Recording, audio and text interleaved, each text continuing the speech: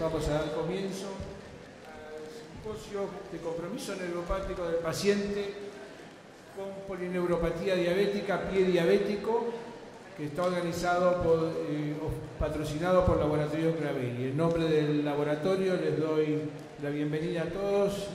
Realmente es una asistencia formidable. Tenemos muchos amigos, se ve, dentro de la diabetes. Voy a presentar brevemente a los que van a ser los disertantes de hoy. En primer lugar, la doctora Raquel Urdaneta Vélez, que es médica especialista en diabetes y nutrición, miembro de la SAT y coordinadora del Grupo de Trabajo de Neuropatía Diabética de la Sociedad Argentina de Diabetes. Ella nos va a hablar sobre el compromiso vascular del paciente, del compromiso neuropático del paciente. En segundo lugar, va a hablar el doctor Juan Esteban Paolini, es cirujano vascular, es staff del Policlínico del Docente y del Sanatorio de Julio Méndez y presidente de la Asociación Argentina de Angiología y Cirugía Cardiovascular, y él nos va a hablar sobre los compromisos vasculares en estos pacientes diabéticos. Y finalmente, la licenciada Laura Correa, que es licenciada en Ciencias Biológicas y directora de la División Biotecnología del Laboratorio Craveri, nos va a hablar sobre bioingeniería en el tratamiento de las úlceras del pie diabético. Un gusto tener estos tres importantes disertantes, los dejo con ellos. Al finalizar vamos a tener un tiempo para preguntas y respuestas. Gracias. Bueno, buenas tardes a todos. Primero que nada agradecerle al Laboratorio Craveri que me haya convocado para este simposio, que ya van a ver ustedes, es muy interesante porque me parece que nos abre una perspectiva nueva en el tratamiento de esta patología que es el pie diabético. Y bueno, voy a darles primero el aporte desde la neuropatía para que veamos cómo ocurre esta complicación en nuestros pacientes diabéticos. Primero, veamos por definición, el pie diabético es una condición que se caracteriza por lesiones cutáneas o pueden ser acompañadas de lesiones osteoarticulares en pacientes con diabetes que están afectados por neuropatía y o por vasculopatía. Las características de la presentación de esta complicación en general o la mayoría de las veces es como una úlcera en la planta del pie, generalmente a nivel de la zona de los metatarsianos, que va en general a complicarse muchas veces con infecciones tanto de las partes blandas como osteomielitis y en algunos casos, lamentablemente, evolucionando a gangrena, lo que lleva a la necrosis del pie y muchas veces a la amputación, que es la alternativa terapéutica que ninguno de nosotros quisiera escoger. Esta es la forma más común que se presenta la lesión del pie y ahora vamos a ver cómo se llega a esta situación. Si hablamos un poco de epidemiología, sabemos que el 25% de los pacientes que tienen diabetes van a tener alguna lesión en el pie durante su vida. Entre el 40 al 60% de las amputaciones no traumáticas de miembros inferiores ocurren en personas con diabetes. El 85% de las amputaciones fueron precedidas por una úlcera de las características de la que mostré recién, y sabemos que estos pacientes que ya han tenido una úlcera en un pie tienen un 30-50% de probabilidades de sufrir una amputación en el otro pie. Todo esto va a llevar a la discapacidad, y esta discapacidad va a tener varios aspectos psicológicos, por supuesto, porque el paciente amputado va a estar deprimido siempre después de la amputación, el paciente entra en un periodo de depresión, y otros aspectos que tienen que ver con lo económico, tanto en lo económico en el sistema de salud, porque requiere tratamientos con internaciones prolongadas y después que el paciente se externa, lamentablemente es un paciente que tiene que seguir en seguimiento y en control estricto porque hay que rehabilitarlo.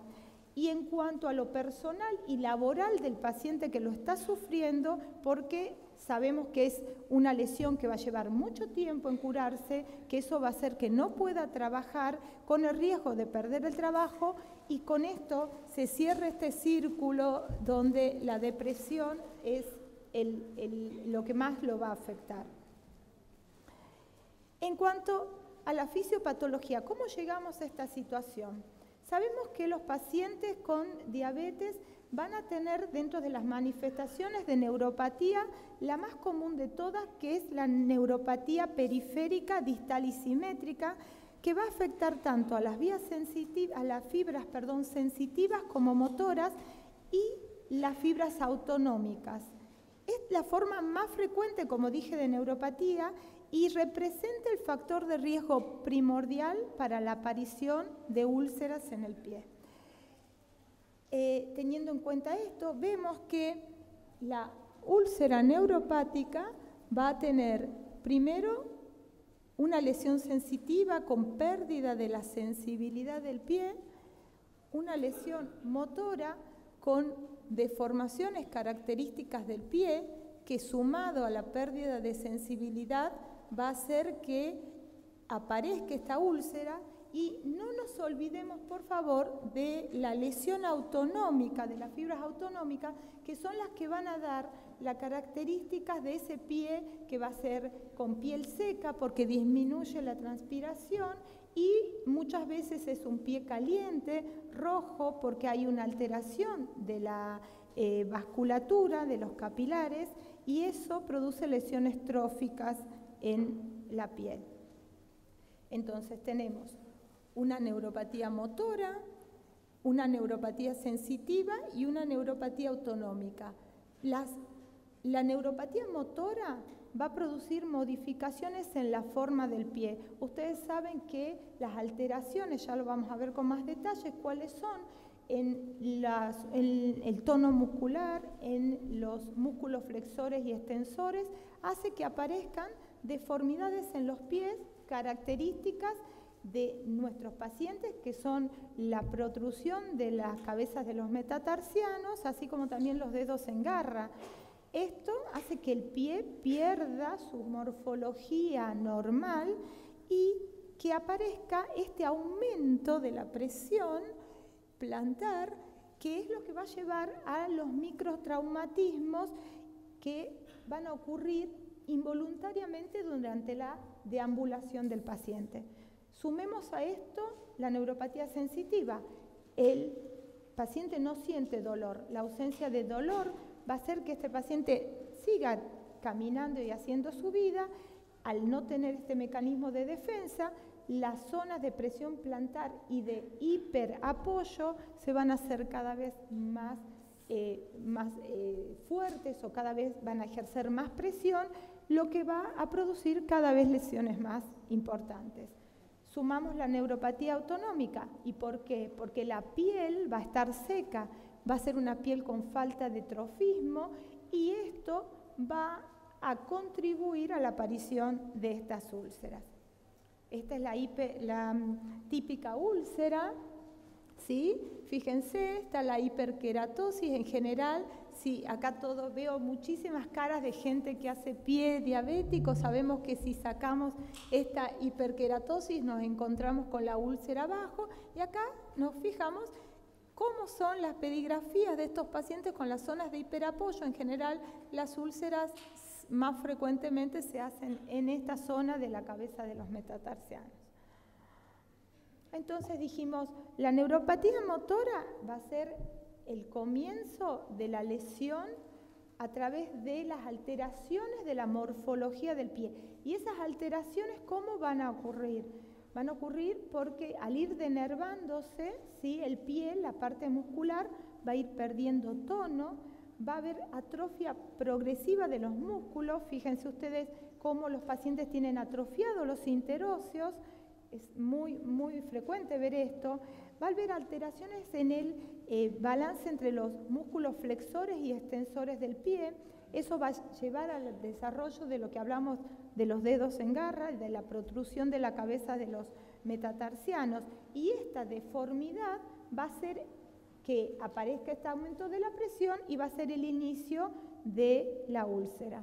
Pero a su vez, como vimos en la foto recién, vamos a tener esa hiperkeratosis que aparece en la zona del hiperapoyo, y esta hiperkeratosis a su vez va a actuar como un cuerpo extraño per se, produciendo un traumatismo en los tejidos que están por debajo de la hiperkeratosis. Entonces, existe un aumento de la presión desde adentro hacia afuera por la protrusión de la cabeza de los metatarsianos, y a su vez existe una protrusión de afuera hacia adentro porque esa hiperkeratosis también va a actuar como un cuerpo extraño en un pie que no tiene defensa porque no tiene sensibilidad.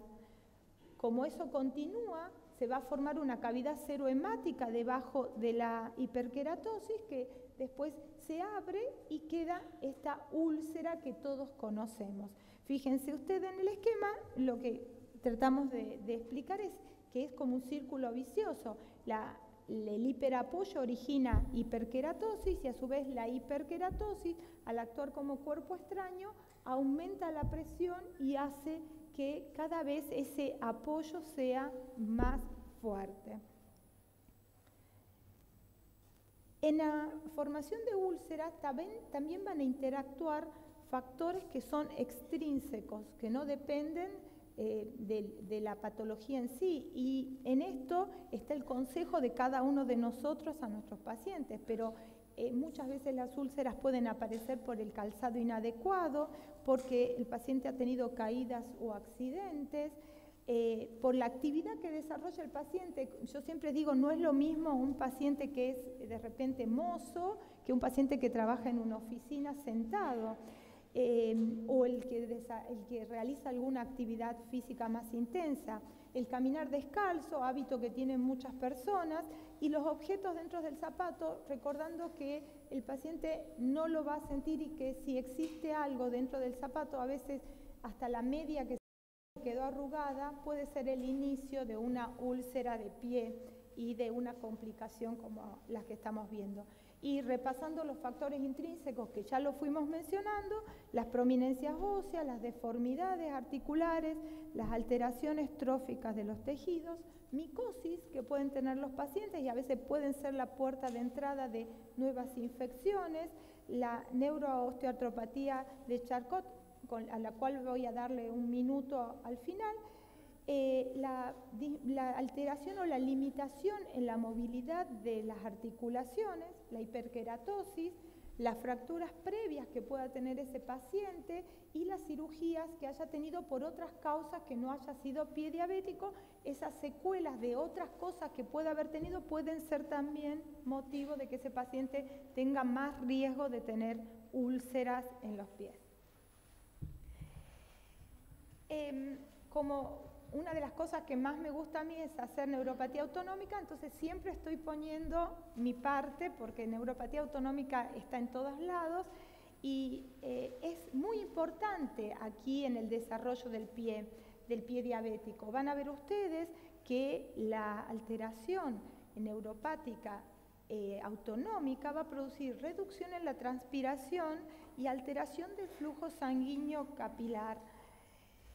Si vemos, hay una denervación simpática en el pie y esto produce la piel seca, la pérdida de la elasticidad, y es esa piel que tiende a agrietarse fácilmente, cosa que puede ser el motivo del comienzo de una infección y de una úlcera. Las alteraciones autonómicas también generan una reducción en el tono vasoconstrictor capilar y eso va a hacer que haya más vasodilatación, haya apertura de los shunts arteriovenosos, eso hace que haya un hiperflujo y este hiperflujo va a ser el causante de ese pie que ustedes conocen, que es el pie ese caliente, rojo, insensible, típico de los pacientes con neuropatía periférica. El incremento a su vez del flujo sanguíneo va a originar un aumento de la resorción ósea y esto es la causa de que el hueso en estos pacientes sea un hueso con osteoporosis, y entonces tenemos así ese típico pie insensible, caliente, que tiene un altísimo riesgo de ulceración. Entonces, nuestro pie neuropático, ¿qué va a ser? Un pie que tiene deformidades en la estructura, que va a tener la piel seca, que va a tener esa vasodilatación con aumento del flujo y del calor, y un pie que va a estar atrófico porque los músculos van a estar atrofiados o con pérdida del tono muscular. Nuestra úlcera neuropática, entonces las características que van a tener va a ser hiperqueratosis, va a ser con bordes no definidos, va a tener ausencia de dolor y va a estar localizada generalmente en la región anterior del pie a la altura de la cabeza de los metatarsianos. Esta es una úlcera típica, ustedes ven ahí la hiperqueratosis que la rodea con rodete, sí, es una úlcera limpia, pero en este caso es una úlcera limpia, pero sabemos bien que esto tiene muy alto riesgo de infección, ¿sí? Y para finalizar, un par de palabras en cuanto a la osteoartropatía de Charcot. Todos sabemos que no todos los pacientes que tienen neuropatía periférica o que tienen úlceras en el pie van a desarrollar osteoartropatía de Charcot. Va a afectar a algunos pacientes y esto va a producir una alteración entre las articulaciones del tarso y el metatarso. Los huesos van a tener la característica de ser huesos con osteoporosis, por esto de que hablábamos del aumento del flujo, hace que haya mayor reabsorción de calcio y por eso es que el hueso se hace osteoporótico, frágil, tiene fragmentación, fracturas. Las articulaciones tienden a luxarse, se pierde la arquitectura del pie y la relación entre los huesos del tarso, lo que va a producir el colapso del arco del pie y la inversión del arco plantar que, como ven acá, nos da el típico, ¿sí?, pie de Charcot, que también todo este pie es un pie que hiperapoya, o sea que el riesgo de que aparezcan úlceras en este pie también es muy alto. Entonces, para que aparezca este pie de Charcot, yo le dije que no todos los pacientes van a evolucionar a Charcot, solamente lo van a hacer algunos. Tiene que coexistir la neuropatía autonómica con una neuropatía autonómica importante, con una neuropatía sensitivo-motora, donde este hiperflujo sanguíneo haya sido muy grande y haya provocado la reabsorción ósea con incremento de la fragilidad, con osteoporosis, con inestabilidad y con pérdida de la sensibilidad protectora del pie.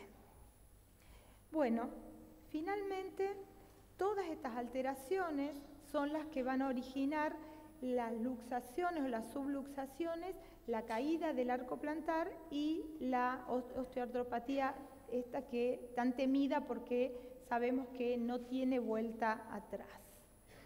Bueno, finalmente, para concluir, les digo que el pie diabético es una complicación frecuente en nuestros pacientes que tiene un gran impacto, no solo desde el punto de vista de la salud, sino también de, como vimos, repercusiones tanto en psicológicas, laborales, económicas, sociales, y entonces es importante en este momento definir las medidas necesarias para poder prevenir esta complicación y, en el caso que se produzca, diseñar estrategias terapéuticas para reducir la frecuencia de amputaciones y la discapacidad de nuestros pacientes. Muchas gracias. Gracias por la invitación a la Sociedad Argentina de Diabetología. Y bueno, el poder estar segundo me permite que la gente ya comió, así que ya tienen sueño, entonces más fácil mentir un poco.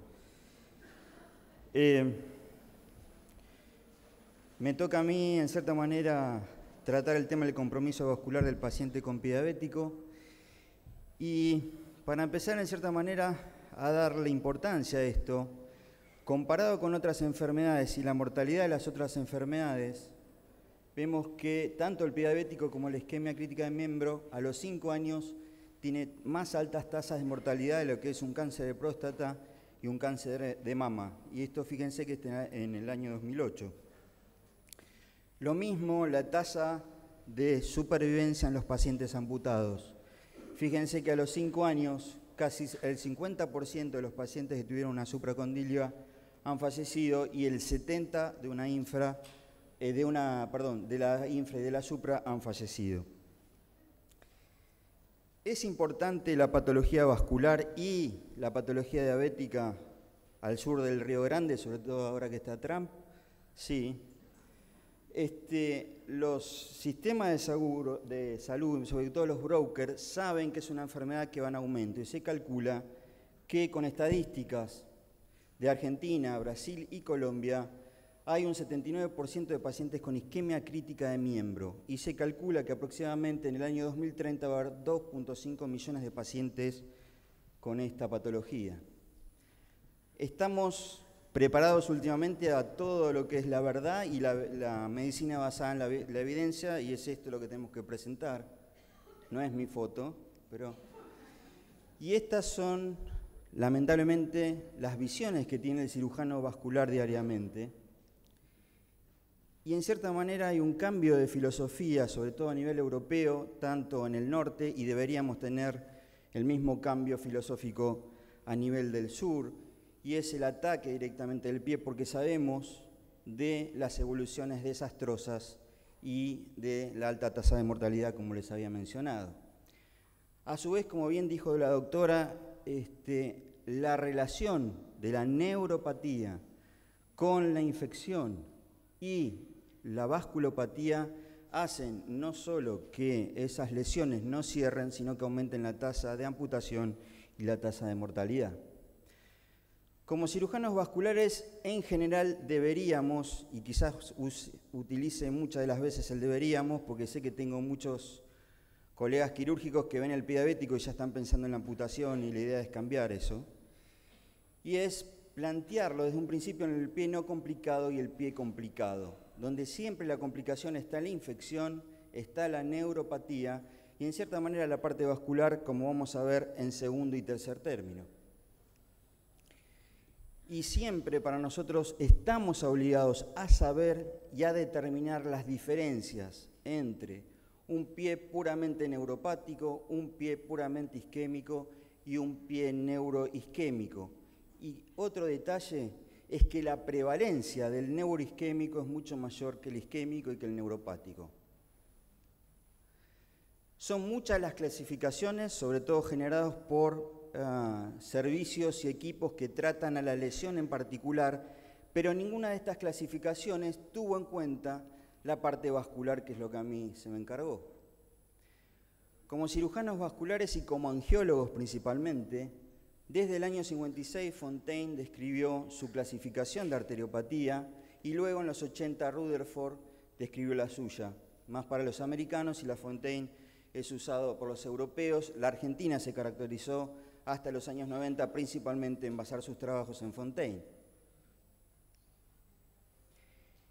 Y ambas clasificaciones tienen en cuenta a la peor de la evolución y los peores estados y estadios en los pacientes que también tenían o que tienen diabetes. Es decir, en ese tiempo no se hizo la discriminación de si era el paciente diabético o no, sino que directamente se apuntó a la clasificación vascular. Pero reiterando que el estadio máximo de la evolución es la ulceración o gangrena en el Fontaine, lo mismo que en el Rutherford. En los años 80, un grupo definió lo que es la isquemia crítica de miembro. Es decir, hace aproximadamente más de 40 años, esta definición nos llevó, sobre todo a los cirujanos vasculares y a la investigación, a tratar la isquemia crítica de miembro. Lo que nadie leyó hasta hace muy poco es que excluían a los pacientes diabéticos. Quiere decir que hace 40 años estamos leyendo publicaciones que incluyen a los pacientes diabéticos en una definición que no le incluyen. Eso es parte de la medicina basada en la evidencia que lamentablemente leemos, damos por verdadera y en realidad ya falla desde la definición. Y esto no solo fue a nivel del Atlántico Norte, sino también a nivel europeo. Y como ustedes pueden ver, cuando hablan de isquemia crítica de miembro, ven los distintos criterios pero sobre todo cuando hay compromiso, cuando hay lesiones, directamente ya hablamos de isquemia crítica de miembro. Resumiendo, estamos en la peor situación de un paciente vascular. En el año 2014, la SBS propuso una nueva clasificación. ¿Y cuál es la característica de esta clasificación? Que sí tiene en cuenta a los pacientes diabéticos y específicamente a los pacientes neuropáticos, porque sabemos que, de acuerdo a los estadios, directamente está relacionada con la tasa de amputación. Es decir, en aquellos pacientes que tienen componente isquémico, que tienen componente de herida, es decir, neuropático y componente infeccioso, son los pacientes que más del 40% van a llegar a la amputación al primer año de haber sido determinado. Y en cierta manera esta nueva clasificación, que tiene menos de un año, es la que está cambiando la forma de evaluar todos los trabajos aplicados y que tienen que ver con la cirugía vascular y los pacientes diabéticos. Esto me pareció interesante porque ¿qué es lo que tiene en la cabeza? Algunos no tienen tantas cosas en la cabeza, pero ¿qué es lo que debería pensar un cirujano vascular con respecto a un paciente con diabetes y vasculopatía? ¿Cuál es el flujo de entrada? ¿Cuál es el flujo de salida? ¿Cuál es la circulación del pie? ¿Cuál es el grado de permeabilidad a largo plazo? ¿Qué nivel de perfusión tisular tiene? Todos los parámetros del ecodoppler, el tipo de clínica, el tipo de úlcera, qué diámetro posee, cuáles son los riesgos perioperatorios, si los pacientes realmente van a modificar su riesgo. Desde el punto de vista puramente quirúrgico, si vamos a elegir el tratamiento endovascular, la cirugía convencional, entre ellas la amputación. Dentro del endovascular, el tipo de tratamiento que vamos a utilizar. Dentro de la cirugía abierta, cuál es el mejor elemento o bien cuál es el nivel de amputación que el paciente necesita. Pero se me ocurrió pensar qué es lo que piensa el paciente. Entonces, nosotros podemos hablar de mucha ciencia, pero el paciente está pensando si esa úlcera va a cerrar, si va a perder un dedo, si va a perder una pierna, si va a poder caminar de nuevo, si va a poder volver al trabajo, quién me va a cuidar y, más que nada, sacarse el dolor cuando el paciente tiene el peor pie, que es el isquémico, el neuropático, el neuroisquémico. Y de una simple úlcera puede terminar esto. Muchos de los pacientes lo saben y muchos de los cirujanos también. Entonces, los dos estamos involucrados y los dos nos agarramos la cabeza. Consideré el tercer consenso, donde planteamos estos temas. Marta Calvaño nos acompañó esta vez, ya es la tercera vez que nos acompaña, y tratamos de juntar todo lo que queremos saber los cirujanos, con todo lo que saben los radiólogos, con todo lo que saben los diabetólogos, para tratar de dar y consensuar actitudes.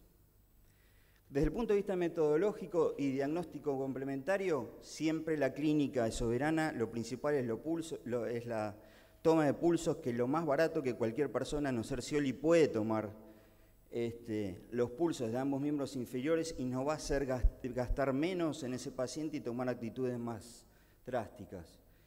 El Doppler monofásico, en cierta manera, nos puede llegar a ayudar. Sabemos de la calcificación de Mockenberg, lo mismo que el ecodoppler. No son estudios que nosotros tomamos de gran exactitud, sí nos van a orientar hacia el diagnóstico.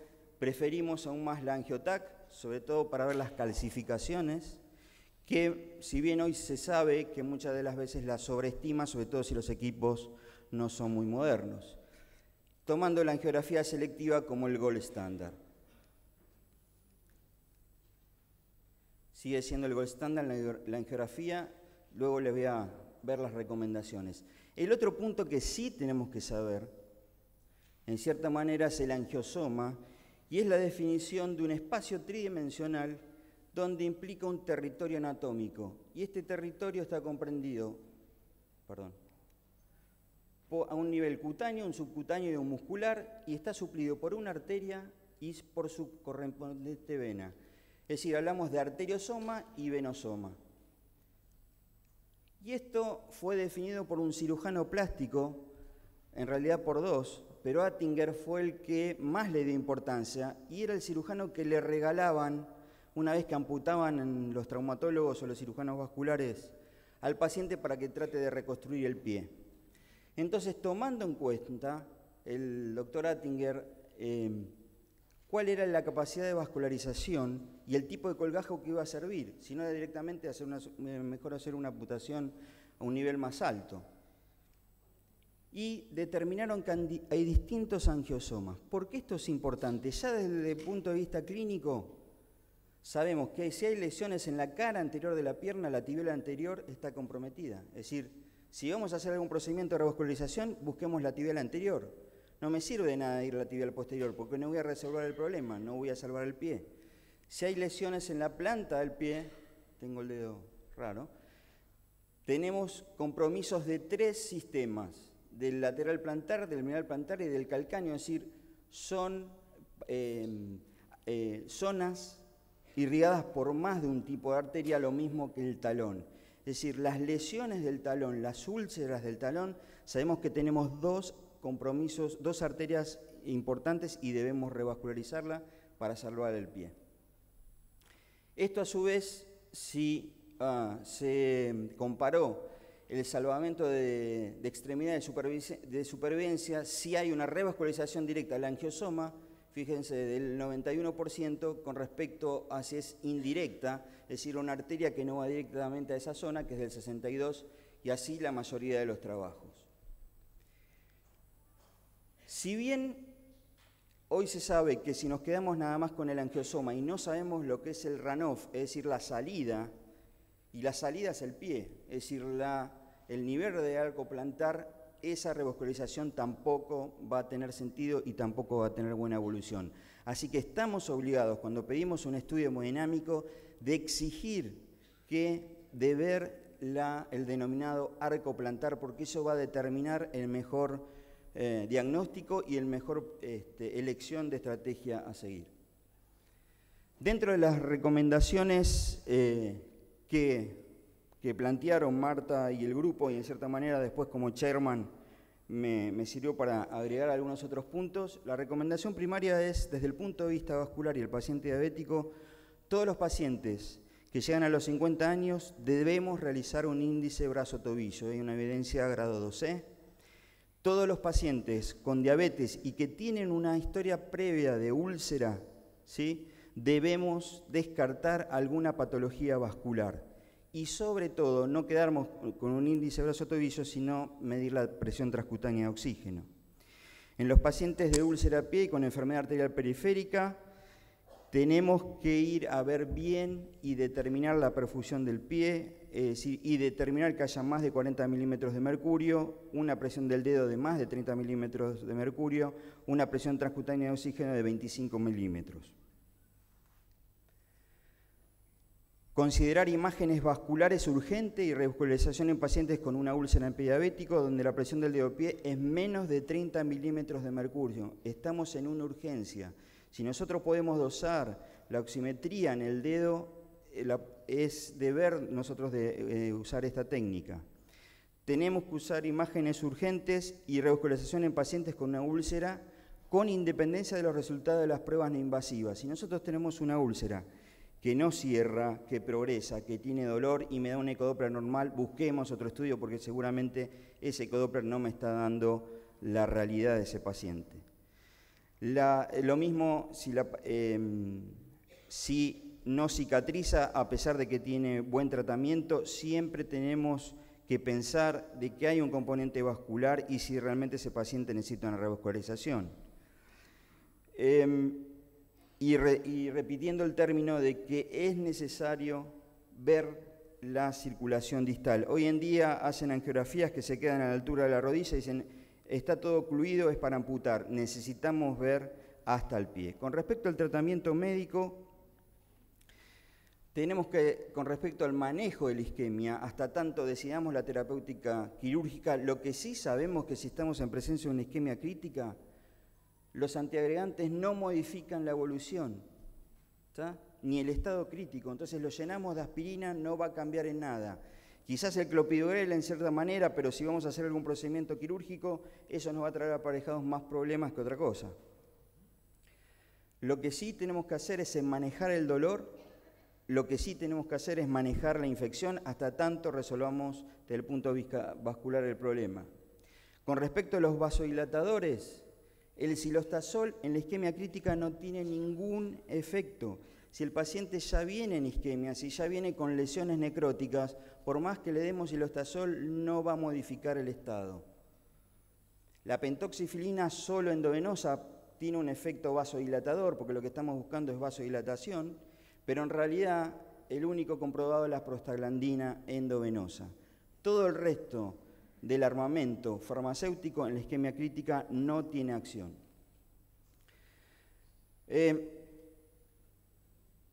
A pesar, siempre tenemos en cuenta de que la cesación del hábito tabáquico, tratar la dislipidemia, buscar los niveles de hemoglobina glicosilada menores a 6,5, antes de agregar a los pacientes, pero en las situaciones de urgencia no tenemos tiempo de esto, tenemos que tratar y revascularizar al paciente lo antes posible.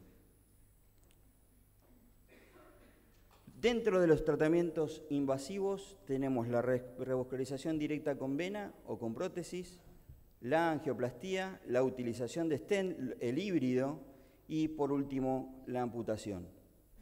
E independientemente de donde desarrollemos nuestra actividad, tenemos que tener bien en claro cuál es el mejor tratamiento para nuestros pacientes.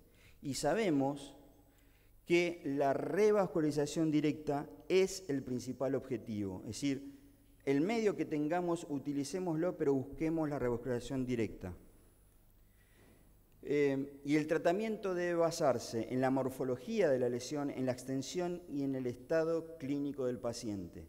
Si nosotros hacemos una gran cirugía, un triple bypass con CUF, con venas, sacándole del brazo, y el paciente está en mal estado general, está deshidratado, está hipoalbuminémico, la cirugía va a estar bárbara y el paciente se va a morir. Entonces hay que hacer un tratamiento directamente relacionado a la característica clínica del paciente.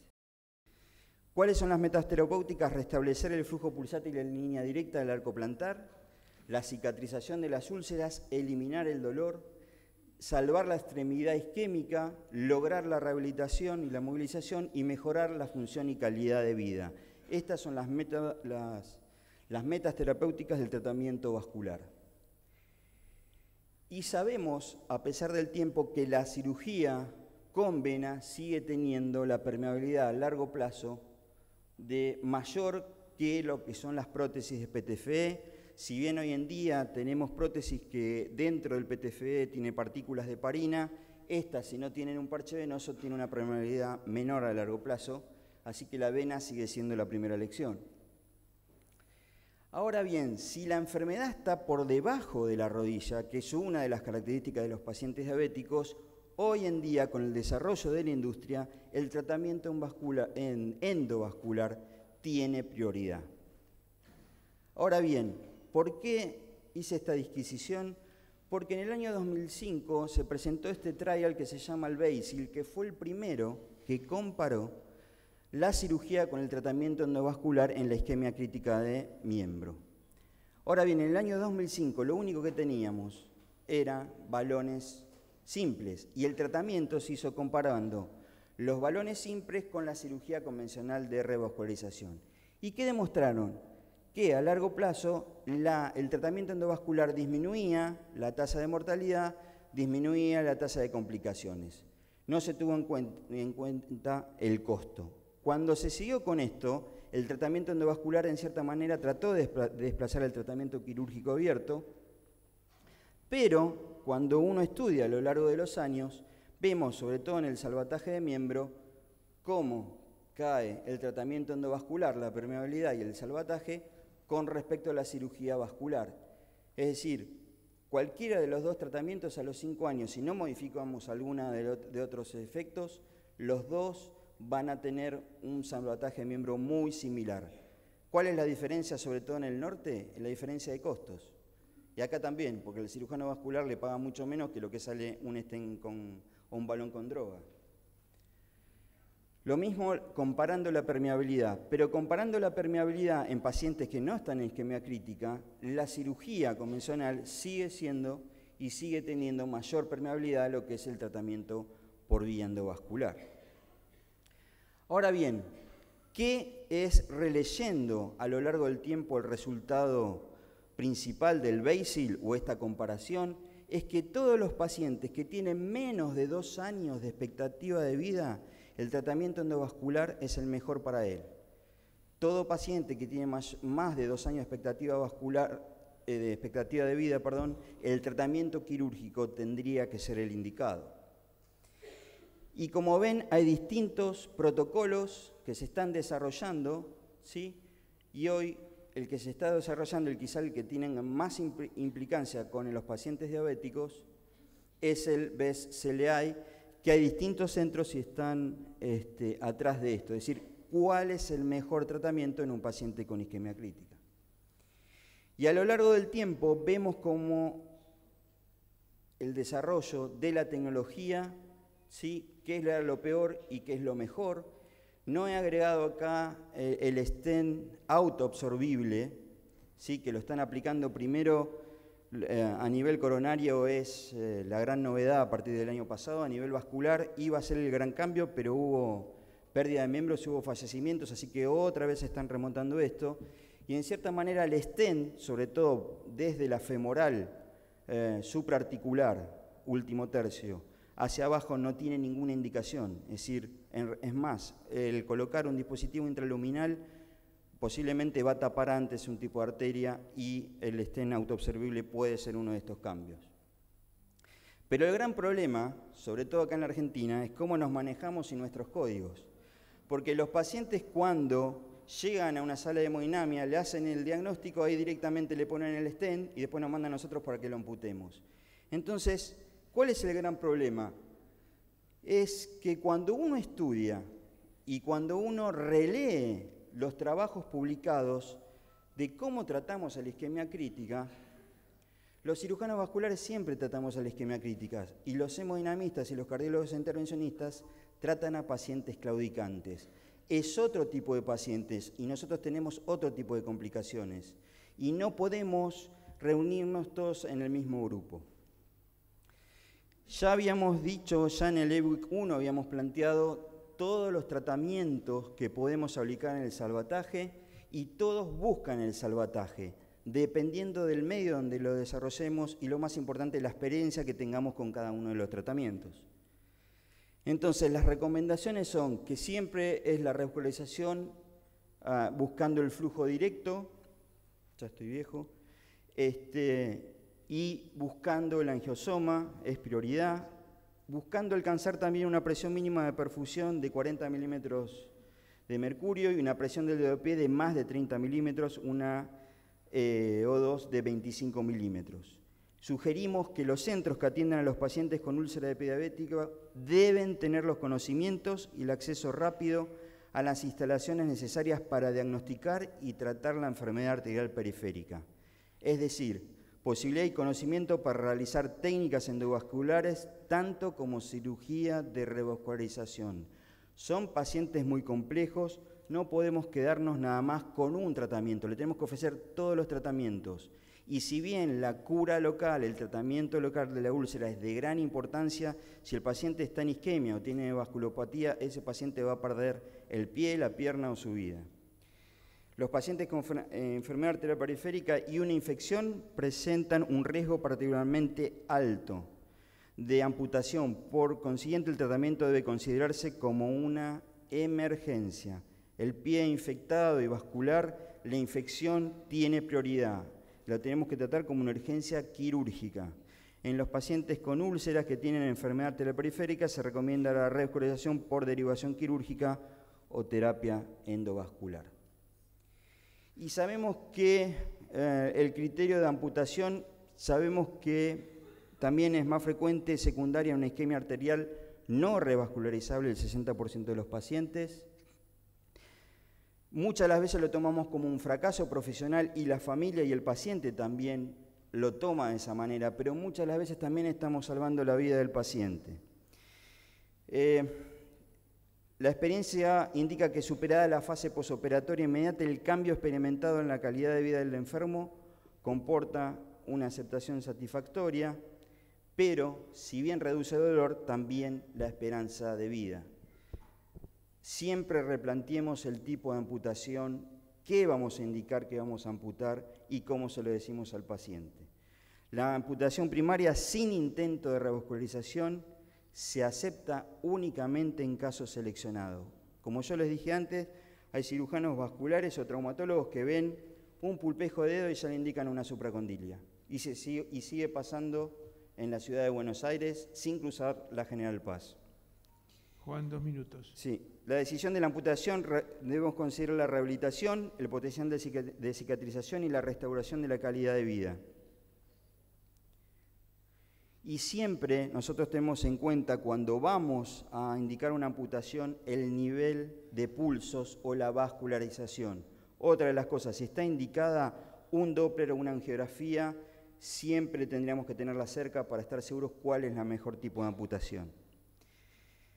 Y esto, resumiendo, en cierta manera, en Londres y en el Colegio Real tienen un departamento de pie diabético, y lo que tienen bien en claro es cuando tenemos oclusión de las arterias del pie, lo primero que tenemos que hacer es el tratamiento antibiótico, el debridamiento, porque el que lidera la trombosis es la sepsis, es la infección. Entonces no vamos a tratar desde el punto de vista acá vascular, sino que tenemos que tratar es la infección. En la oclusión de arterias, de las arterias de la pierna, lo primero es la revascularización. Entonces, el camino a la necrosis están dados por la infección en la isquemia, y tiempo es tejido y tiempo es pie, como dicen los ingleses, y por eso tenemos que atacar al pie diabético y tratarlo lo antes posible.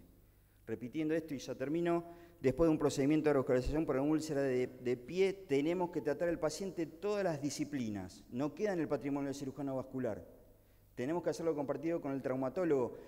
Si encontramos alguno que sepa y que le dé bolilla, en pocas ocasiones lo encontramos. Evitar la revascularización en los pacientes en lo que desde la perspectiva del paciente relación riesgo-beneficio cuya probabilidad de éxito es desfavorable. Como le decía, el estado clínico es de gran importancia y todos los pacientes deberían tener un tratamiento agresivo y dejar la amputación como último.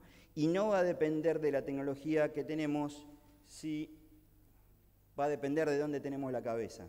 Y eso va a determinar nuestras actitudes. Y tenemos los equipos que a lo largo del país estuvimos preparados a todas las temperaturas y circunstancias. Y lo último fue en Bariloche y les quise traer esto porque creo que es un resumen importante y actualizado de cómo deberíamos tratar a los pacientes. Así que muchas gracias.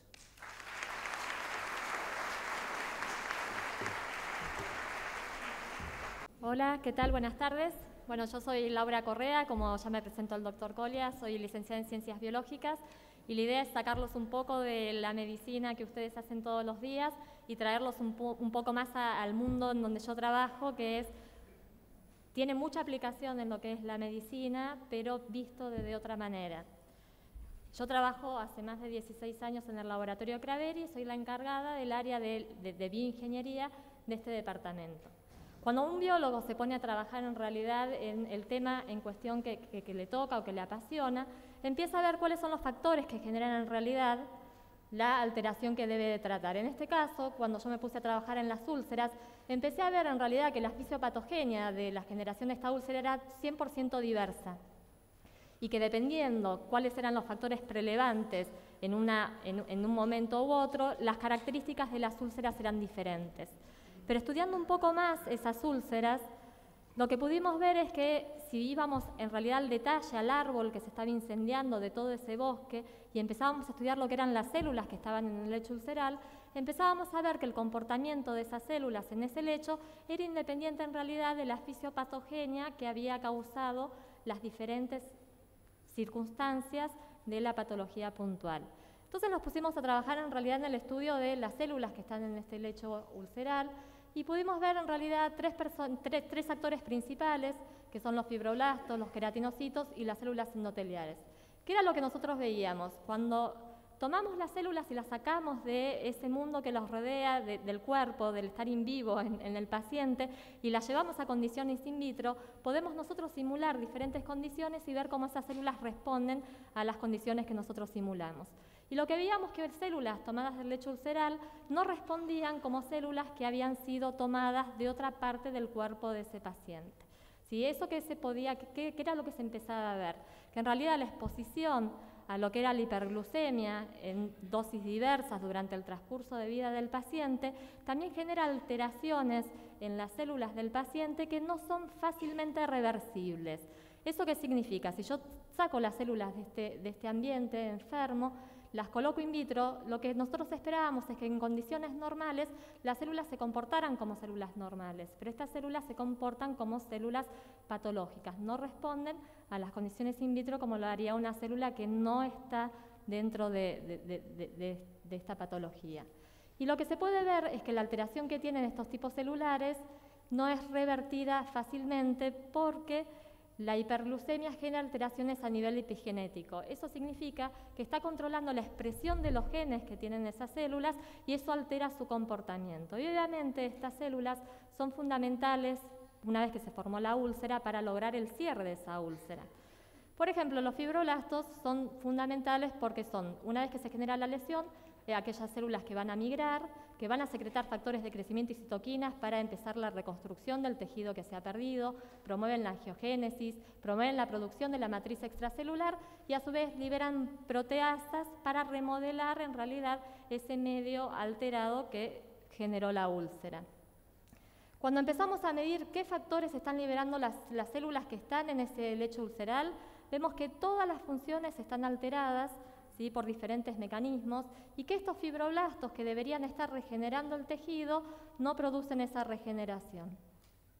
Lo mismo pasa cuando estudiamos a los queratinocitos. Los queratinocitos conversan mucho con los fibroblastos que están en el lecho ulceral y le van advirtiendo cuando, por ejemplo, hay pérdida de ese epitelio que tiene que haber un cambio en el fenotipo del fibroblasto y empezar en realidad a convertirse en fibroblastos más elásticos que produzcan la contracción de la lesión, disminuyendo en realidad el tamaño de la úlcera y de esa manera generando el cierre mucho más rápido de la lesión.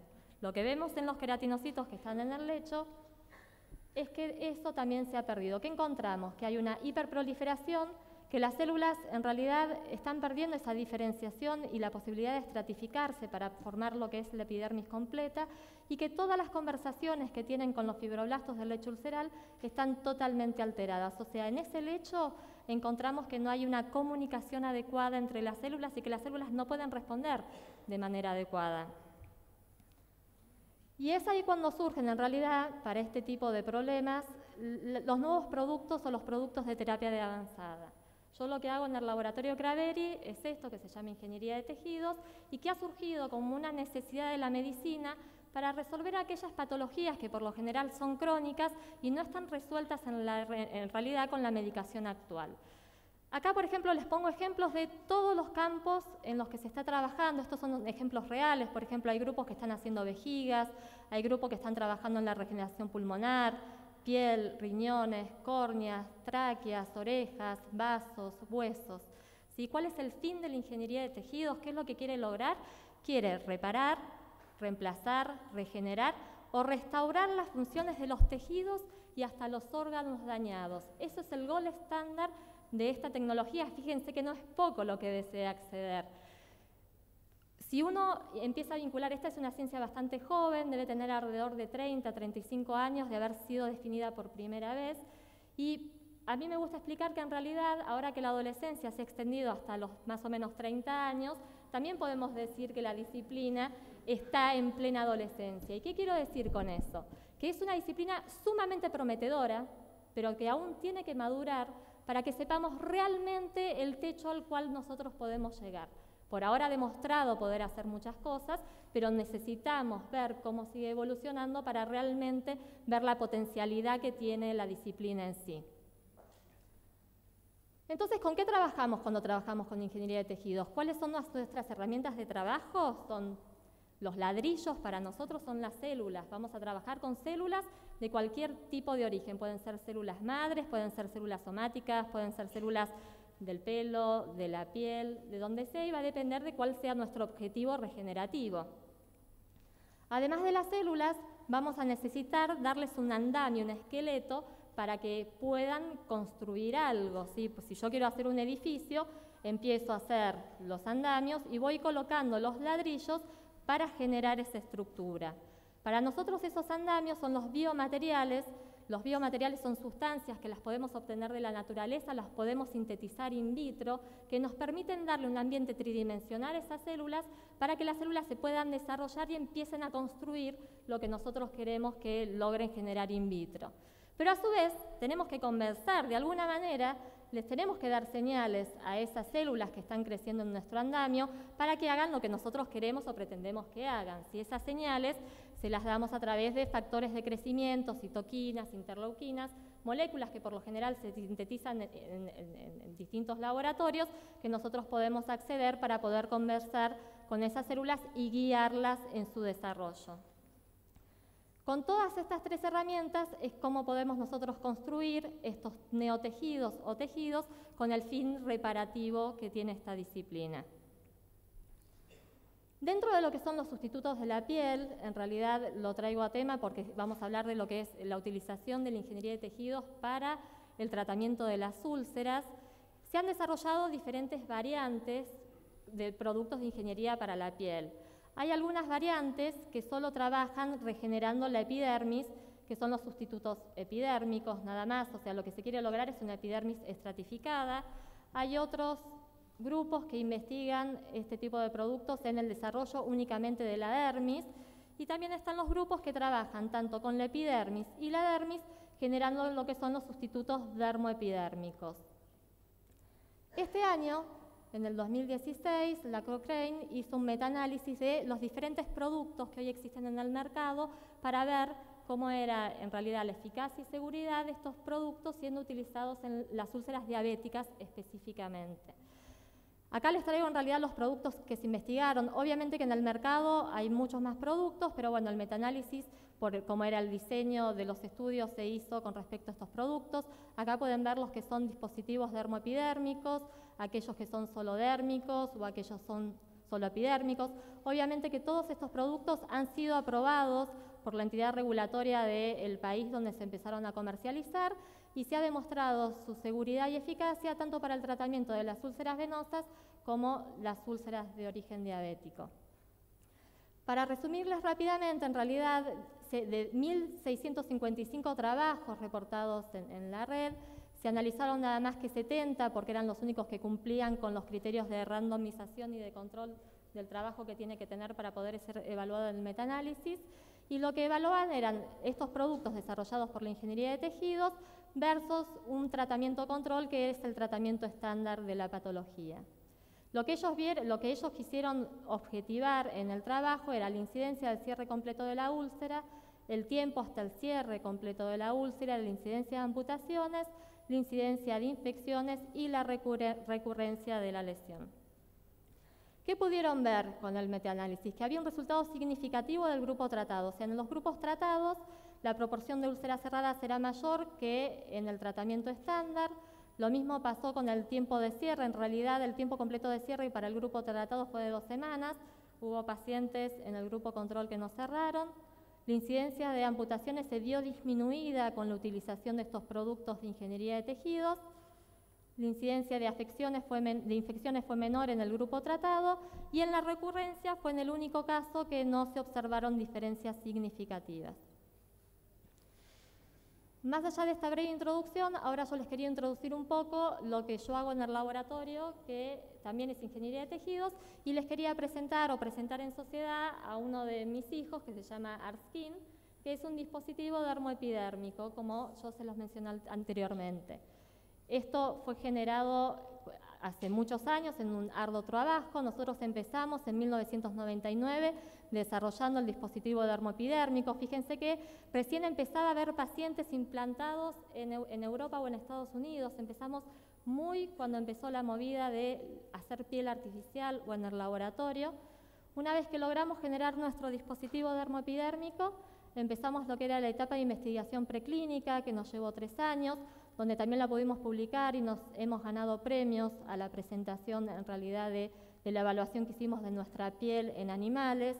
Una vez que terminamos y finalizamos la investigación preclínica, empezamos a trabajar en generar una planta GMP. GMP es una planta que cumpla las buenas prácticas de elaboración de productos celulares para poder llevar estas células que nosotros cultivábamos en el laboratorio, a una muy buena calidad, con una alta seguridad, para que puedan ser utilizadas con pacientes. En el 2014, fíjense que del 2005 a 2014 estuvimos generando toda la infraestructura necesaria, a su vez estuvimos haciendo la validación de todos los procesos de elaboración, la calificación de equipos y todo lo que requiere la elaboración de este tipo de productos, que es bastante complicado, sobre todo los puntos de control, cómo uno hace la identidad y la potencia de cosas vivas y productos biológicos que salen en el laboratorio. Y dentro de estos años también estuvimos 2 años demorados por la entidad regulatoria, que hasta darnos la aprobación para empezar el estudio en humanos, desde que protocolo hasta que nos dio la autorización, transcurrieron 2 años que estuvimos únicamente en espera de ese resultado. Una vez que uno finaliza la etapa de investigación clínica, requiere una aprobación de ANMAT o de INCUCAI para poder producirse la comercialización de estos tipos de productos, y una vez que se empiezan a comercializar, siempre viene la etapa de investigación clínica fase 4. Nosotros hoy en día estamos parados en la etapa de investigación clínica, por lo cual todavía tenemos que seguir transitando un largo camino para poder acceder a la etapa fase 4. Bueno, acá les presento ARTSKIN. ARTSKIN es un dispositivo dermoepidérmico, tiene una capa epidérmica, ¿sí?, formada por queratinocitos estratificados autólogos, y una capa dérmica. Este es un esquema de ARTSKIN donde podemos ver una dermis, que sobre la dermis están creciendo los queratinocitos que estratifican y llegan a la capa de escamante. Son también cornificados. Y acá podemos ver un corte histológico de esos dispositivos que nosotros estamos cultivando en el laboratorio. Tenemos 2 formatos, porque depende del tamaño de la lesión, vamos a entregar un formato grande o un formato pequeño de 41 milímetros o de 75, y se envasan en estos recipientes que son herméticos y que acá tienen un gel nutritivo que permite darle una estabilidad al producto de 10 días. Eso significa, desde que nosotros lo envasamos en este recipiente, tenemos 10 días para que sea colocado en el paciente que deba ser suministrado el producto. Bueno, ARTSKIN en realidad está compuesto por células que tienen una alta tasa de crecimiento. Piensen que nosotros partimos de una pequeña muestra de tejido, ahora vamos a ver, para hacer los cultivos, por lo cual las células crecen in vitro con una alta tasa de crecimiento, su viabilidad también es muy alta. A su vez, resisten condiciones de hipoxia. Nosotros en estas placas de cultivo y como hacemos los cultivos no tenemos vasos, por lo cual las células sí o sí tienen que nutrirse y alimentarse por difusión, y eso hace que dentro de las condiciones de cultivo se seleccionen células que sean más resistentes a esa hipoxia, lo cual nos va a convenir en el momento de que tengamos que implantarlas, esa selección que hacemos in vitro. Sabemos que los fibroblastos y los queratinocitos conversan de manera adecuada, liberando muchísimos más factores extracelulares al ambiente de cultivo, y a su vez trabajamos en realidad con plasma pobre en plaquetas, que es un muy buen esqueleto para generar angiogénesis y la migración de las células también del paciente. ¿Cuáles son los mecanismos de acción que tendría el dispositivo dermoepidérmico? Primero, al ser un dispositivo que tiene dermis y epidermis cornificada, sería un reemplazo del tejido faltante, símil a un injerto de piel. También se comportaría como una cubierta oclusiva, por esto de que los queratinocitos están cornificados. Y lo otro importante que hace el dispositivo dermoepidérmico es que es una fábrica de generación de factores. Ustedes piensen que en la úlcera diabética la cicatrización está restada en una fase muy inflamatoria, y el contexto enfermo de las células que están dentro de ese lecho impide que la cicatrización se pueda llevar normalmente. Nosotros estamos poniendo células sanas fuera de ese contexto, que lo que van a hacer es poder medir cuáles son las citoquinas o cuáles son las moléculas que están en el ambiente enfermo y responder a ese ambiente intentando llevar a cabo esa regeneración. Entonces es muy importante esta función que tienen el dispositivo como bioreactor. Entonces, ¿cuál sería la estrategia? Uno tiene la úlcera, hace un lavado, una debridación de la lesión y coloca ese dispositivo dermoepidérmico que va a empezar a censar las condiciones particulares de ese lecho ulceral. En función de eso va a empezar a responder y a guiar un poco en lo que son a las células adyacentes, lo que sería la cicatrización normal, para poder lograr el cierre final de la lesión. Bueno, ¿cómo son los pasos de elaboración? Nosotros partimos de una muestra de tejido, ¿sí?, que es un punch dérmico de 3 milímetros más o menos de diámetro. En el laboratorio separamos la epidermis de la dermis y por un lado cultivamos los fibroblastos de la dermis y por otro lado cultivamos los queratinocitos de la epidermis. En función del tamaño de la lesión del paciente, una vez que tenemos las células suficientes, cosechamos primero los fibroblastos. En simultáneo le estamos tomando acá arriba muestra de sangre de un paciente para obtener el plasma pobre en plaquetas por centrifugación de esa sangre, y los fibroblastos cultivados más el plasma pobre en plaquetas del paciente los mezclamos para generar una neodermis.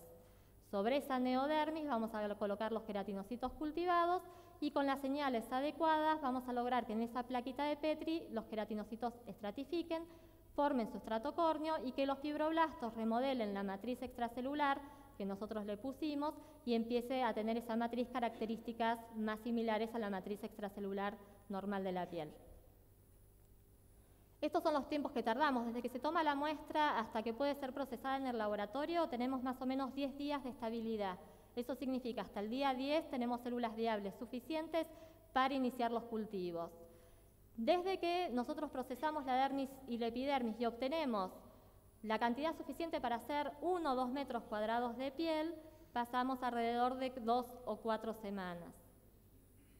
Y para que esa piel pueda cornificar, también estamos tardando entre 2 y 3 semanas, y una vez que esa piel cornificó, es lo que se le implanta al paciente. Acá les muestro cómo hacemos la toma de biopsia, obviamente que puede ser en cualquier sitio del cuerpo, no necesariamente en el brazo, detrás del retroauricular, en hombro, abdomen, donde sea. Nosotros mandamos estos tubos que tienen un medio de transporte que permite esta viabilidad de 10 días, no solo es medio de transporte, sino también tiene una solución de antibióticos, y esto es como se ve en realidad el punch que nosotros tomamos del paciente para hacer los cultivos. Acá podemos ver la pincita de pilar con ese punch.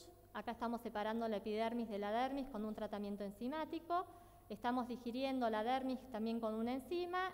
Y por otro lado, bueno, acá, no me salió la foto, pero por otro lado también digerimos la epidermis. Sí, son procesos por separados y las cultivamos en estos frascos de cultivo para aumentar su número. A través de estos microscopios nosotros podemos hacer el seguimiento de los cultivos sin tener que sacrificar a las células. Esto es como nosotros vemos a las células en su comportamiento habitual en estas condiciones in vitro. Esto es como se ven los fibroblastos de la piel. Y acá podemos ver cómo se observan los queratinocitos a medida que van creciendo. Bueno, el plasma nosotros lo obtenemos de la sangre del paciente. Fíjense que el 90% del plasma está compuesto de agua, después tiene fibrinógenos, fibronectina, glúcidos, urea, FGF2, y para nosotros en realidad es un buen soporte para guiar a las células en esta diferenciación y crecimiento. Esta es una microfotografía electrónica de cómo se ve esa malla de plasma pobre en plaquetas una vez que se coagula, donde las células van a invadir para poder proliferar y crecer. Estos son los tubos que nosotros mandamos para muestra de sangre. En función del tamaño de la lesión del paciente sacamos entre 25 y 80 mililitros de sangre. Tiene un anticoagulante, la sangre una vez que llega al laboratorio se centrifuga y ahí nos quedamos con el plasma para después poder generar nuestras dermis. Una vez que tenemos el plasma y los fibroblastos ya crecidos en el laboratorio, le colocamos cloruro de calcio y trombina para generar la coagulación y es ahí donde quedan los fibroblastos embebidos en esa gelatina que le van a dar ese ambiente especial para que el fibroblasto empiece. Acá podemos ver con una microfotografía electrónica que los fibroblastos secretan matriz extracelular y esa fibrina va a ser reemplazada con el tiempo por colágeno tipo 1, por ejemplo, que son los componentes normales de la matriz extracelular de la piel. Entonces tenemos el plasma, tenemos los fibroblastos y fíjense que obtenemos de la coagulación una gelatina bastante fea que para nada respeta las condiciones o las características físicas que tiene la piel.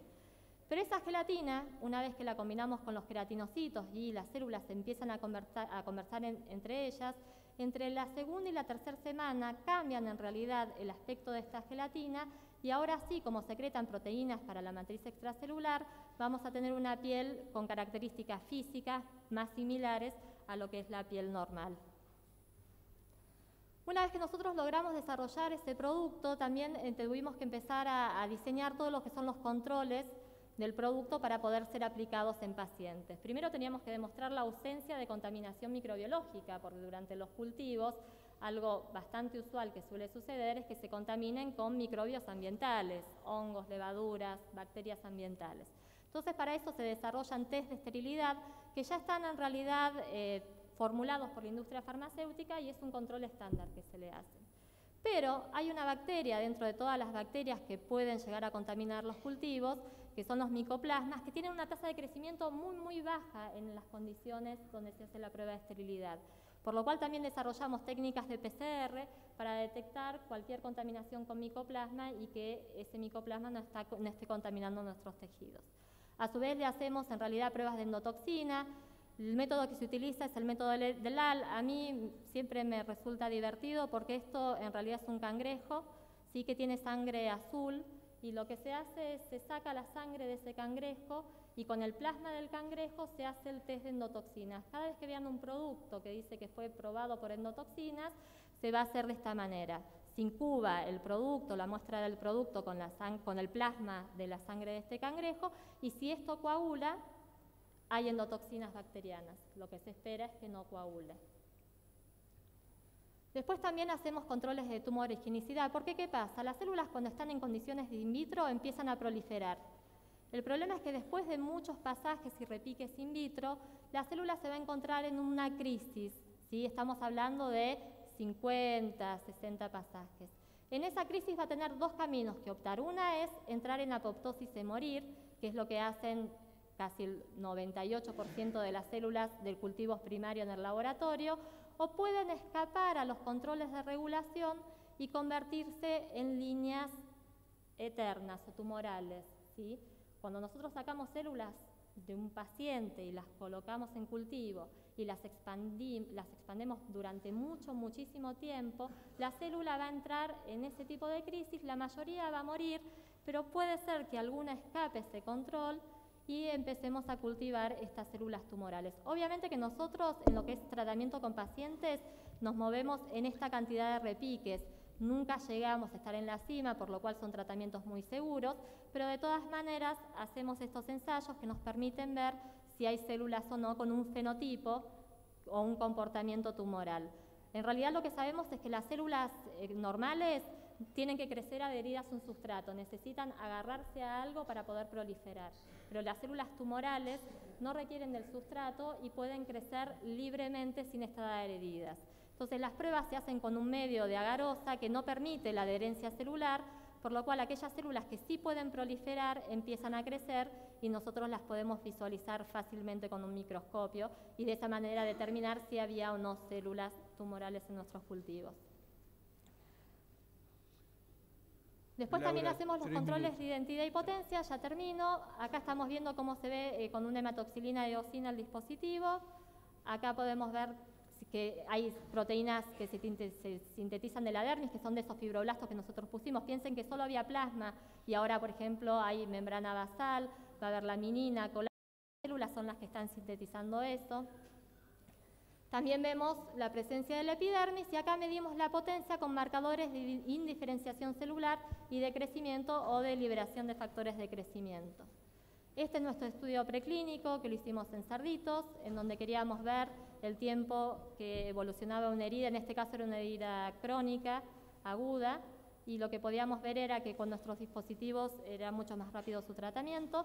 Y acá les quería contar el protocolo que hoy en día estamos haciendo, lo estamos haciendo en Mar del Plata, con el doctor Rubén Beletar como investigador principal. Nuestro tratamiento se llama IDEA y se está realizando para implantes de dispositivos dermopidérmicos, que es este producto ARSKIN, para el tratamiento de úlcera resistente de etiología venosa en este caso. Sí, es un estudio piloto porque recién estamos viendo cómo se comportan para después poder diseñar un estudio mucho más importante, fase 1, fase 2 y con grupo control bibliográfico, ¿sí? Lo que queremos ver es, a los 6 meses, cuántos pasa la proporción de úlceras cerradas y la seguridad del implante. Acá lo que les quería mostrar es algunos de los pacientes que tuvimos. Esto es como viaja nuestro dispositivo dermoepidérmico. En este caso estábamos entregando el formato pequeño. Acá tenemos una úlcera venosa. Se está realizando la aplicación del producto Una vez que el producto se aplicó, se pone el Steri-Strip para adherirlo al lecho ulcerar y después se pone una gasa no adherente, porque si se pone una gasa normal se absorben las células que están en el dispositivo, y en el caso de úlcera venosa se hace una terapia compresiva. Todo el seguimiento del estudio se hace con este sistema que es a través de VisiTrack, donde se apoyan unas hojas que son doble cara, con un lado estéril que se apoyan al paciente y otro lado para dibujar, y luego se vuelve a dibujar sobre este equipito que se llama VisiTrack, que calcula el área de la lesión y también tiene un hisopo para ver la profundidad. Acá podemos ver otro tipo de implantes. Este es el dispositivo de formato grande. Acá también se está implantando. Y acá podemos ver en realidad algunos pacientes. Este es un paciente que tenía una úlcera venosa con evolución de 24 meses sin cierre. Acá podemos ver luego del implante cómo esa úlcera empieza a mejorar. Y a las 24 semanas este paciente no logró cumplir con nuestro objetivo. Le quedó una úlcera de 5 centímetros cuadrados. Acá tenemos otro caso de otro paciente que tenía una úlcera de 17,8 centímetros, también de 24 meses de evolución, y acá vemos cómo es la evolución hasta las 12 semanas. A las 16 semanas hubo un cierre completo de la úlcera y hasta el seguimiento de las 24 semanas la úlcera permanecía totalmente cerrada. Y lo mismo nos ocurrió con este paciente, donde su úlcera era mucho más antigua todavía, era de 6,9 centímetros, ya a las 8 semanas teníamos casi el cierre completo, pero terminó cerrando las 12 semanas y a las 24 permanecía cerrada. Estos son los pacientes que tenemos en curso. Por ahora el único que no logró cerrar fue el que tenía la úlcera más grande. Obviamente que cerró luego de los 6 meses, que era nuestro tiempo de seguimiento. Igual para nosotros es un éxito muy bueno. Y bueno, la idea es seguir trabajando. Son 25 pacientes que tenemos que incluir hasta terminar el estudio. Ahora estamos intentando diseñar el estudio CREAR, que es un estudio para pacientes con pie diabético, ¿sí? Recién estamos empezando a definir los criterios, pero la idea es ver si ya en el año 2017 podemos presentarle a la autoridad regulatoria el nuevo estudio para la patología esta en particular. Dentro del laboratorio Craveri nosotros hacemos un montón de desarrollos. Tenemos los 3 productos más importantes, es piel, que es Arskin, después regeneramos cartílago con un producto que se llama Chondromax, y Epibio estamos por iniciar la etapa de la investigación clínica, que es para la regeneración de la córnea. Si estos 3 productos son los que ya pasamos todas las etapas de desarrollo, investigación preclínica, y estamos en esta etapa de investigación clínica. Y bueno, lo otro importante es que me quedo siempre corta con el tiempo para contarles más de 130 años de historia que tiene el laboratorio. A mí siempre me toca contar la parte más divertida, pero bueno, yo siempre quiero destacar que el laboratorio Craveri es un laboratorio muy antiguo, que empezó trabajando en estas instalaciones y hoy en día tiene instalaciones de primera calidad que nos permiten ser en Argentina el único laboratorio habilitado que cumple GMP, o sea, buenas prácticas de elaboración, para producir células implantables en pacientes, ¿sí? Que no es poca cosa. De hecho, todavía Brasil, si bien está invirtiendo mucha plata para tener una planta similar, está a punto de salir, pero nosotros ya estamos trabajando hace un par de años, así que realmente para mí es un lujo poderles contar lo que hacemos desde el laboratorio. Yo, por ejemplo, dentro de las plantas que tiene el laboratorio Craveri, trabajo en la planta de Arengrin, en Caballito, así que cualquier persona que me quiera visitar está invitado a hacerlo. Mi planta está toda vidriada, por lo cual pueden venir, podemos ver, podemos conversar, y proyectos nuevos o ideas nuevas para hacer, bienvenidos sean. Aprovechemos que podemos tener esta tecnología en Argentina para nosotros desde Argentina poder desarrollar también nuevas tecnologías. Bueno, gracias por la atención. Buen día, muy interesante la mesa, y quería preguntarle a la licenciada bióloga Laura Correa. 3 en 1. Costo, diferencia con el PRP, donde es plasma autólogo, es rápido, es inmediato. ¿Y cuál era la otra? Y me olvidé de la tercera, perdón. Bueno, sí. Y estamos hablando de pacientes o de personas que tienen un medio hiperglucémico, donde la hiperglucemia es generadora de un sinfín de alteraciones. Yo coloco este producto con células innovadoras pero lo coloco en el medio alterado. Entonces, ¿cuál es el efecto y cuánto dura si el paciente o la persona a la que se le coloca persiste con este dismetabolismo? Bueno, creo que antes querían avisar que se va a hacer el sorteo posteriormente a las preguntas, así que les paso el aviso. Ahora vamos a las respuestas. Con respecto, yo ya tengo mala memoria. La primera pregunta era el costo, ¿sí? Nosotros por ahora no estamos calculando el costo. Sí te puedo decir, por ejemplo, que un dispositivo de los grandes nuestros, de 71 milímetros, en Estados Unidos tiene un costo alrededor de $1000 cada dispositivo. $1000, ¿sí? Obviamente que en la Argentina ese costo sería mucho inferior y lo traduciríamos también a pesos. Después, con respecto al PRP, la diferencia es totalmente distinta, ¿sí? Acá estamos hablando de algo que contiene células y que no contiene células. El PRP es un concentrado de factores que no puede censar para nada la situación particular en la que se encuentra la úlcera. La ventaja de poner algo biológico conteniendo células es que esas células sí pueden censar y en el tiempo pueden actuar mucho más días. El PRP, de hecho, el pico de acción lo tiene entre los 30 minutos que se activaron las plaquetas. Después de la activación de las plaquetas, ya no hay ninguna acción del PRP a posterior. Con el dispositivo dermoepidérmico, mientras que las células estén, que hay estudios que demuestran que las células están hasta el año, ¿sí? en ese lecho ulceral, la liberación de factores y la capacidad regenerativa es mucho mejor. Y la última, ¿cuál era? El tema de hiperglucemia.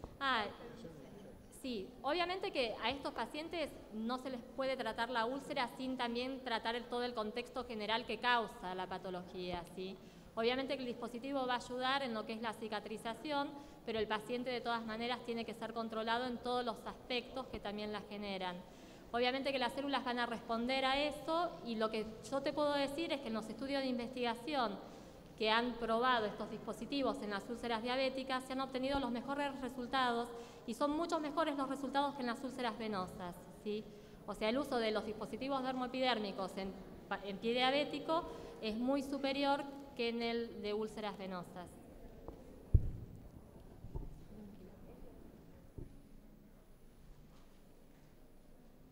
Hola, felicito, licenciada, por el trabajo que está realizando en el laboratorio. Quiero decir dos cositas. La primera es que en el pie diabético muchas veces es diferente, tiene que estar muy bien la parte vascular para aplicar todo esto, y cuando las úlceras son en las plantares es muy difícil. Nosotros hemos probado hace mucho tiempo el Apligraf y no nos dio resultado cuando era en la planta del pie por el hiperapoyo que generan que tienen estos pacientes.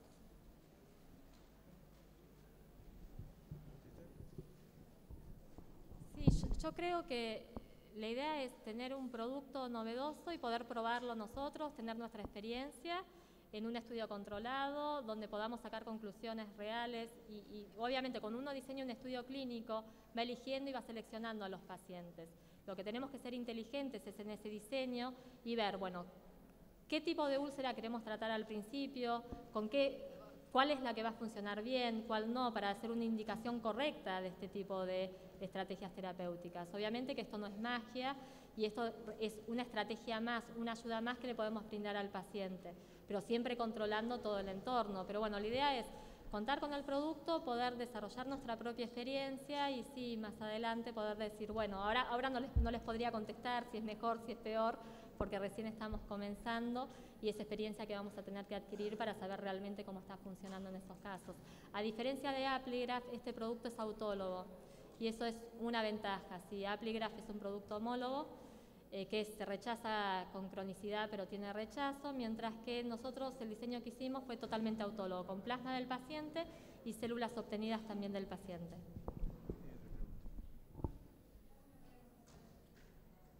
Me queda clara la diferencia con PRP. ¿Qué pasa con PRF? ¿En qué se diferencia? Porque en PRF tenés mucha más concentración de fibrina, de queratinocitos, de leucocitos. No, en realidad tenés concentración de leucocitos y por lo menos por lo que yo he leído a nivel bibliográfico, a nivel literatura, no es bueno en realidad para este tipo de lesiones que se le agreguen leucocitos. Genera más dolor al paciente y lo que se busca es un PRP puro, ¿sí? Perdóname, no te entendí. Que lo que yo he leído en la literatura para este tipo de lesiones, PRP, piensen que se utiliza desde la traumatología hasta la cicatrización de heridas. Hay muchas maneras de extracción, de hecho hay 4 o 5 PRPs diferentes, sí. Y hay PRP que tienen mayor concentración de leucocitos, menor sí. concentración de leucocitos o no tienen leucocitos. Sí. Por lo que yo he estado estudiando, los que tienen mayor concentración de leucocitos suelen generar más eventos adversos, ¿sí? Le generan más molestias al paciente sin tener un resultado que los diferencie con respecto a los otros. Hace poco la Cochrane, este año también, en el 2016, hizo un metaanálisis de PRP y concluyó que no había datos significativos con respecto al tratamiento estándar por ahora que demostraran que el PRP es eficaz para el tratamiento de las úlceras de pie diabético o venoso. Por ahora es a nivel bibliográfico lo que te puedo responder. Bueno, te hago otra pregunta. Esto es autólogo. ¿Cómo piensan comercializarlo entonces después? ¿Van a obtener el producto de cada paciente? Esto es personalizado. ¿Cómo es la idea? Es producto de cada paciente. En realidad la indicación la hace el médico, no es que el paciente va a pedirla. En función de los criterios que uno va a dar de indicación, el médico va a poder evaluar si un paciente puede o le va a ser enriquecedor recibir este tipo de terapia. Una vez que sabe eso, se contacta con nosotros, nosotros enviamos un kit de toma de muestra para tomar las muestras de sangre y de piel de ese paciente y ese kit vuelve al laboratorio para que al cabo de un mes y medio, nosotros le podamos devolver a ese mismo médico con ese mismo paciente el dispositivo dermoepidérmico armado. De acuerdo. Gracias.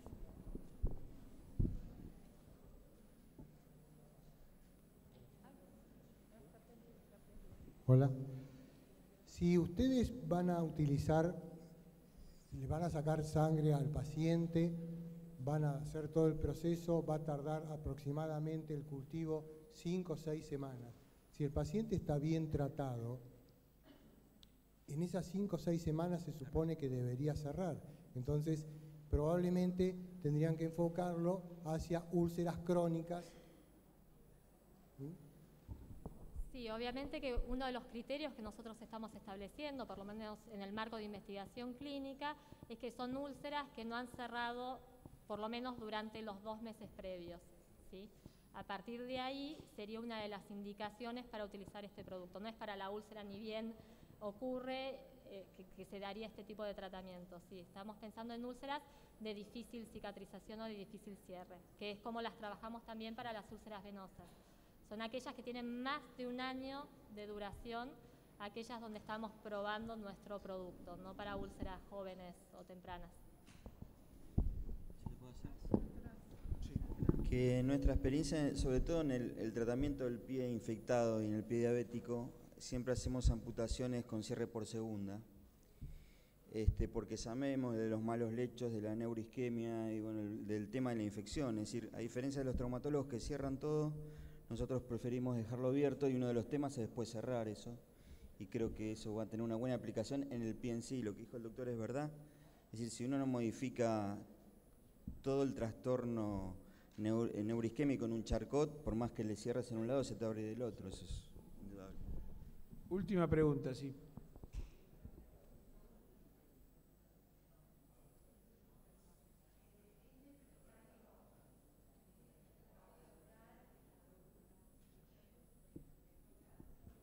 ¿Es necesario aplicar el parche, el apósito, más de una vez?